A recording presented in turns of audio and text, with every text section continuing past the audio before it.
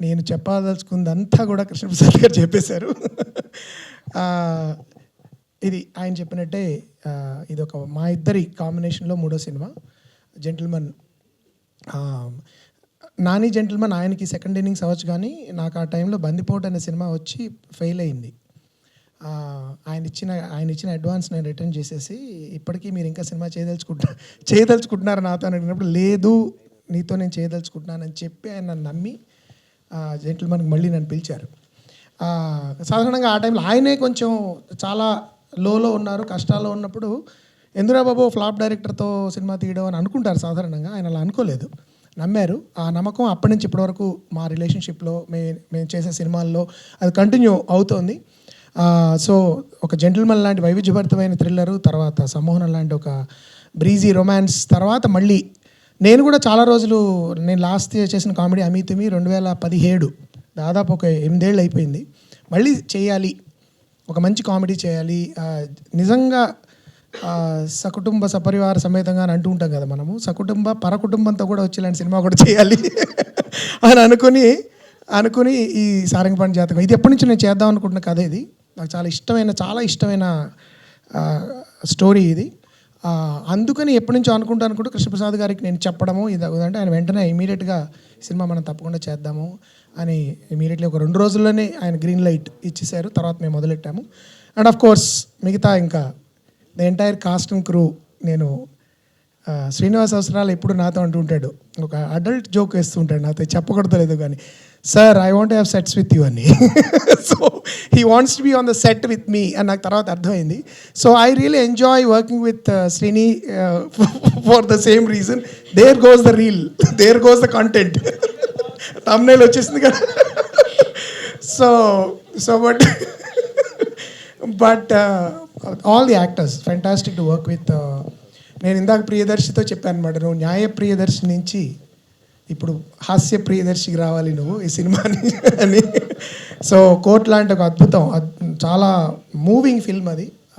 చాలా అంత కమిటెడ్గా, అంత ఏమంటారు అన్కాంప్రమైజింగ్గా సినిమాలు మనకు తక్కువైపోతున్నాయి ఇప్పుడు. అంత చాలా మంచి సినిమాల్లో లోంచి ఒక నటుడు బయటికి రాగానే ఇంత వైవిధ్యభరితమైన పాత్ర ద్వారా మళ్ళీ మీ ముందుకు రావడం అనేది చాలా నాకు పర్సనల్గా ఆనందంగా ఉంది దర్శి.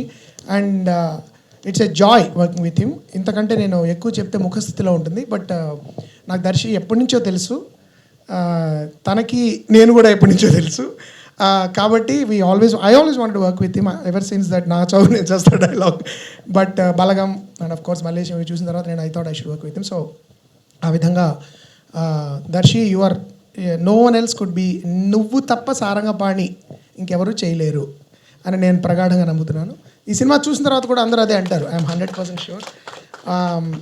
అలాగే రూపా, ఎప్పుడైతే నిన్ను అదే సినిమాది నేను కూడా మళ్ళీ మర్చిపోవాలా, ఉమామహేశ్వర గురుప్రసాద్ చూసినప్పటి నుంచి I thought I should work with Roopa. Because Telugu అమ్మాయిలు మంచి తెలుగు మాట్లాడేవాళ్ళు, తెలుగుని మన రాసిన డైలాగ్ని కరెక్ట్గా అర్థం చేసుకుని ఎక్కడ విరవాలి, ఎక్కడ సరిగ్గా పలకాలి అని మనం ఊరికే నెత్తి మీద రుద్దకుండా అర్థం చేసుకుని మాట్లాడగలిగే తెలుగు నటులతో నటించడం నాకు ఎప్పుడు ఇష్టం. అదృష్టవశాత్తు ఈ సినిమాలో ఇంకో స్పెషాలిటీ ఏంటంటే, ప్రత్యేకత, ఈ సినిమాలో నాన్ తెలుగు యాక్టర్ ఒక్కళ్ళు కూడా లేరు, అందరూ తెలుగు వాళ్ళే. ఆ విధంగా నిజంగా పరిపూర్ణమైన తెలుగు చిత్రం ఇది.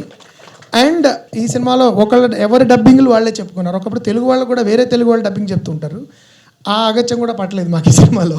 సో అందరూ చాలా అద్భుతంగా వాళ్ళ డబ్బింగ్స్ వాళ్ళు చెప్పుకుని ఆల్మోస్ట్ ఇంక్ సౌండ్ అంతా న్యాచురలిస్టిక్గా వాళ్ళు ఈ సినిమాని చేయడం జరిగింది. సో అది రూపా. అండ్ ఆఫ్ కోర్స్ శ్రీని, ఇందాక డైలాగ్ మళ్ళీ రిపీట్ చేయను, బట్ ఆశాచమ్మాలో మొట్టమొదటిసారిగా ఎప్పుడైతే 6 అడుగుల 4 అంగుళాలు ఇతన్ని న్యూయార్క్లో ఫస్ట్ టైం కలిశానో, అప్పుడు తల పైకి ఎత్తేటప్పటికే నాకు చాలా బెణికింది.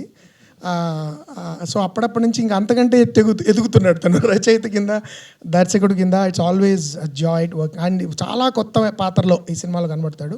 ఇప్పటివరకు ఎవరు అలాంటి పాత్రలో శ్రీని చూడలేదు నాకు తెలిసి. And of course the other actress, of course Nivitha. నేను జనరల్గా ఎవరిని ఆడిషన్ చేయను, మనుషుల్ని నేను జనరల్గా వాళ్ళని మాట్లాడి వాళ్ళ వ్యక్తిత్వాన్ని అర్థం చేసుకోవడానికి ప్రయత్నించడం ద్వారా వాళ్ళని పాత్రలకు సెలెక్ట్ చేస్తాను. ఆ విధంగానే నిన్ను నీతో మాట్లాడడం జరిగింది. తర్వాత కోర్స్ అశోక్ కుమార్ గారు ఎప్పుడు నాకు శ్రీని చెప్తుంటాడు, సార్ ఒక్కసారి మీరు అశోక్ కుమార్ గారితో పనిచేయాలండి అని ఐ రిమెంబర్. సో ఎప్పుడు నా సాధారణంగా చాలా ముందుగా సెలెక్ట్ అయిపోతాయి క్యారెక్టర్స్, సెలెక్ట్ అయిపోతారు actors.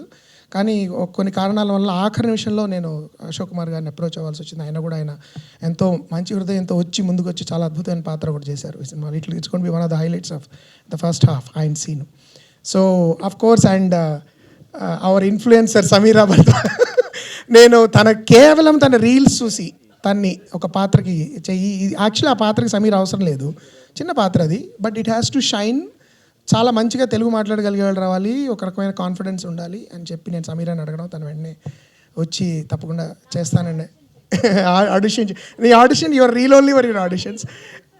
And Pradeep, wonderful to work with you. Your actor. నాకు అంతమంది ఎప్పుడు నేను I didn't work with you, only seeing some of you work I called you.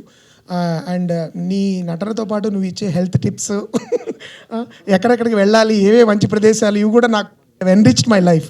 So it's a great experience అండి ఈ cinema. నా దృష్టిలో ఇది కృష్ణప్రసాద్ గారు కూడా సరైన నిర్ణయం తీసుకున్నారు. ఇది సమ్మర్లో రావాల్సిన సినిమా.